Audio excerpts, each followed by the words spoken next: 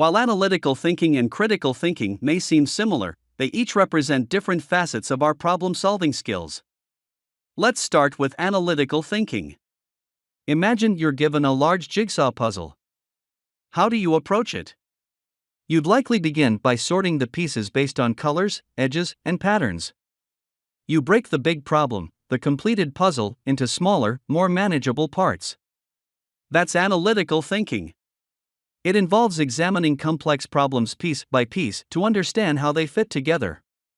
It's about recognizing patterns, interpreting data, and using the information to gain a better understanding of the problem. An engineer designing a car engine applies analytical thinking when he examines each component to understand its function and how it fits with the others to make the engine run. On the flip side, we have critical thinking, which is more like being a detective. It involves looking at all the information at hand, including claims, arguments, and evidence, and evaluating their validity. Critical thinkers don't just accept information at face value, they question it, looking for inconsistencies, potential errors, or biases. They then use this reasoned judgment to make decisions. A judge in a court case applies critical thinking. The judge listens to arguments, examines evidence, identifies inconsistencies or weaknesses in the testimonies, and makes a judgment based on that assessment. While both types of thinking are distinct, they often go hand in hand. In solving a complex problem, you might need to use analytical thinking to break the problem down, and then apply critical thinking to evaluate different solutions.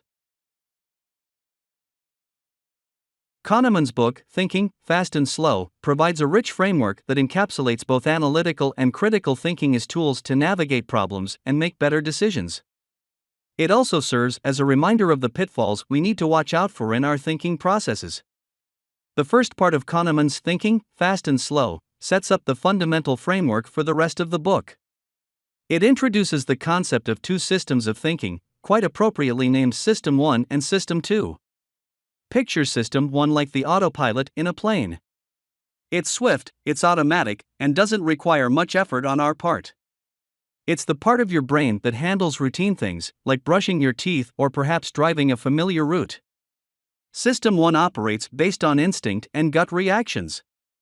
It uses mental shortcuts, or heuristics, to make decisions quickly and without a lot of conscious thought.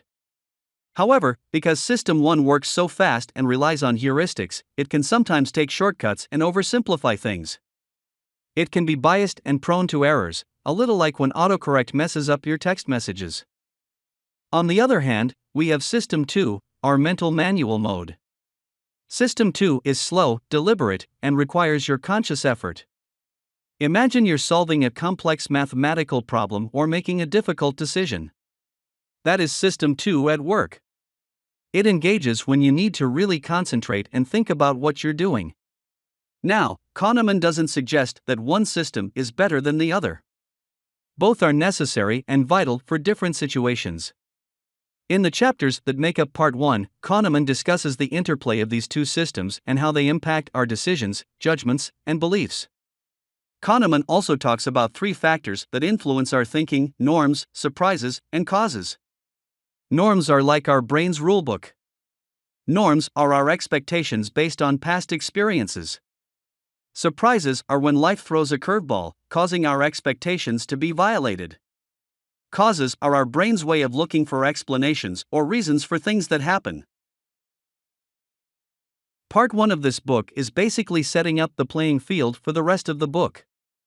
It's a peek into how our brains work and how our thinking processes can sometimes lead us astray.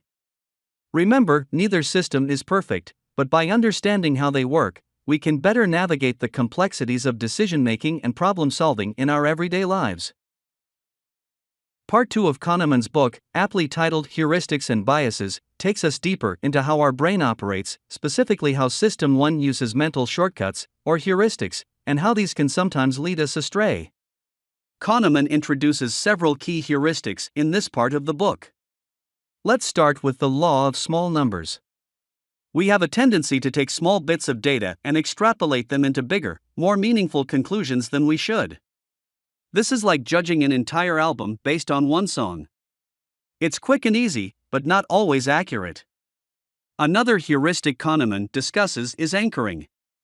This is when an initial piece of information impacts our subsequent judgments or decisions.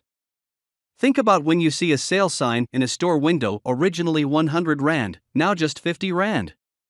That original price, whether fair or inflated, serves as an anchor that makes the sale price seem like a great deal. Availability and representativeness are two more heuristics. Availability refers to our tendency to rely on immediate examples that come to mind when evaluating a specific topic, concept, method, or decision. It's like when you hear a loud noise in the night and immediately think it's a burglar, because that's the first thing that comes to mind. Representativeness is our tendency to judge the probability of an event based on how much it resembles what we believe about that situation, ignoring other relevant information. It's like assuming a quiet, introverted person must be a librarian because they fit the stereotype, even though there are many quiet, introverted people in all sorts of occupations. Kahneman also delves into how we use heuristics to deal with statistics and predictions, how we get fooled by randomness, and how we misunderstand regression to the mean, that is, our expectation that performance will always be above or below average. This part of the book reminds us that our thinking isn't as rational or as flawless as we might like to believe. But that's not a bad thing. By understanding these heuristics and biases, we can be more aware of them and make better, more informed decisions. Part 3 of Kahneman's book is titled Overconfidence. Now, here's where things get really interesting. In this section, Kahneman explores how overconfidence in our own abilities and understanding can lead us astray. The first major concept we encounter here is the illusion of understanding, the idea that we believe we understand the past, which leads to the sense that we can predict the future. It's like when you ace a test and suddenly feel like you're going to ace every test in the future. Kahneman follows this with the illusion of validity. Even when faced with substantial evidence that our predictions or beliefs are incorrect, we still tend to trust them. This could be sticking to a losing strategy in a game, convinced that it'll work eventually. Next, we encounter a discussion on expert intuition. Now, you'd think that an expert in a field would make reliable predictions, right? But Kahneman highlights that even experts can fall victim to overconfidence and make inaccurate forecasts. The section concludes with an examination of the outside view. We tend to make decisions and predictions based on a narrow, personal viewpoint or the inside view. Kahneman argues for the use of the outside view instead, which involves considering similar situations and their outcomes, providing a more objective basis for decision-making. At its heart, Part 3 is a reminder of our natural inclination to overestimate our knowledge, underestimate our risks, and take an overly narrow view of the world around us. It's a lesson in humility and caution, reminding us to question our assumptions and consider broader perspectives in our decision-making. Part 4 of Kahneman's book is called Choices. In this section, Kahneman explores the fascinating world of decision-making and the quirks of our brains that can sometimes lead us astray. The section revisits the work of Bernoulli, an 18th-century mathematician who made pioneering contributions to the theory of risk. However, Kahneman points out some of the errors in Bernoulli's work that led to the development of prospect theory. Prospect theory, which Kahneman co-developed with Amos Tversky, proposes that people make decisions based on the potential value of losses and gains, not the final outcome. We're more driven to avoid a loss than to acquire an equivalent gain, a phenomenon known as loss aversion. Kahneman also introduces the concept of the endowment effect, where we overvalue something we own, irrespective of its objective market value. It's like when you refuse to sell a concert ticket you bought for 100 Rand for 150 Rand because you're excited about the concert. According to the market, the ticket is worth 150 Rand, but you value it more because it's yours. Next up is the idea of framing and how the way information is presented can affect the choices we make. For example, 90% fat-free sounds much healthier than 10% fat, even though they mean the same thing. It's all about the frame. The section ends with a look at how we deal with rare events and risky policies, and how our brains don't always handle these situations rationally. In Part 5 titled Two Selves, Kahneman introduces another duality, but this time it's about our perception of ourselves.